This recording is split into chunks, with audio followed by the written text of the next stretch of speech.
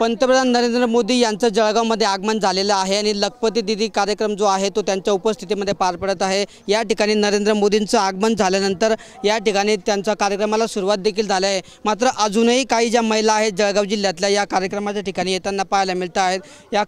या महिलांना आणण्यासाठी जिल्हा प्रशासनाच्या वतीने जवळपास एकूण 2600 बसेसची व्यवस्था करण्यात आलेली होती। संपूर्ण बसेस या महिलांना घेऊन या ठिकाणी दाखल झाले। मात्र ट्रॅफिकमुळे या महिला कार्यक्रमाच्या ठिकाणी पोहोचू शकलेल्या नाहीत आणि त्यामुळे अनेकशा महिला या ठिकाणी नाराज झालेल्या आहे आणि या कार्यक्रमाला न जाता या ठिकाणाहून परत जाण्याचा निर्णय या महिलांनी घेतला आहे। आपण त्या महिलांशी बोलणार आहोत।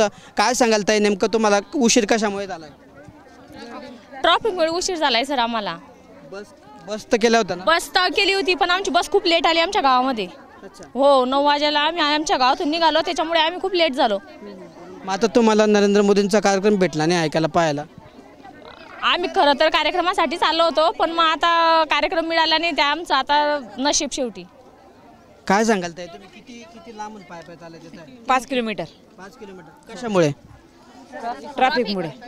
कशामुळे झाली ट्रॅफिक? नेमकी गर्दीमुळे। किती वाजेचे निघाले? सकाळी 7 वाजेपासून। 8 वाजेपासून 6:30 वाजता घरून निघून गेलो होतो पण बसेस उशीर आल्या आणि उशीर आल्यामुळे आम्ही इथं ट्रॅफिकमध्ये 3 तासापासून अटकलोय।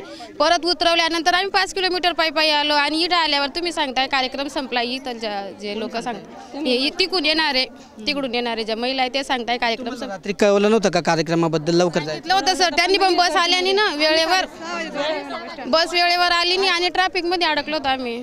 तुम्हाला आता नरेंद्र मोदींचा कार्यक्रम नाही भेटला?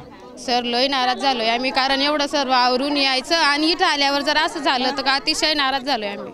किती किलोमीटर पायी चालताय तुम्ही? आता 5 किलोमीटर झाले आमचे येऊन। काय सांगाल आजी, तुम्ही नरेंद्र मोदींना ऐकायसाठी आलेल्या होत्या पण तुम्ही आता कार्यक्रमाच्या ठिकाणी जाऊ शकल्या नाहीत, काय दुःख आहे? मग ते आम्हाला वाईट वाटतंय की आपण इतक्या लांबून आलो, 6:30 उठलो, 4 वाजेचं उठलो, 6:30 आम्ही बस स्टँडवर आलो पण गाडीच आमची उशिरा आली। कोणत्या गावचे तुम्ही? आम्ही दोंदवाडा शेंदोर्नी जवळ, जामनेर तालुक्यातले? तालुका गिरीश भाऊंच्या मतदारसंघातले? हो जामनेर तालुक्यातले। तरी उशीर कशामुळे झाला?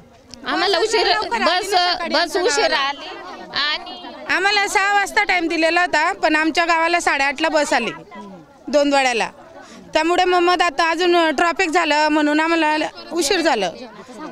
हां मग भेटलं पाहिजे होतं ना आम्हाला पण थोडाफार कार्यक्रम। हो नाही तिथं जातो ना कार्यक्रमाच्या ठिकाणी, उशीर झाला। सापडला तर सापडला, नाही सापडला तर नाही सापडला।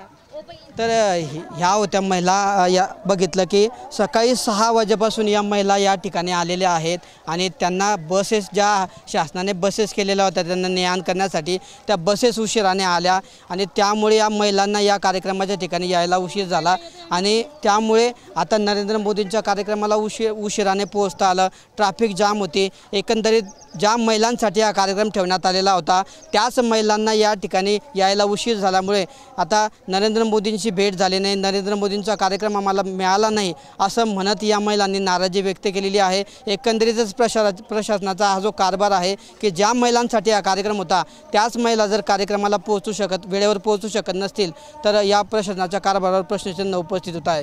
कॅमेरामन प्रसाद पवारसह किशोर पाटील, TV9 मराठी, जळगाव।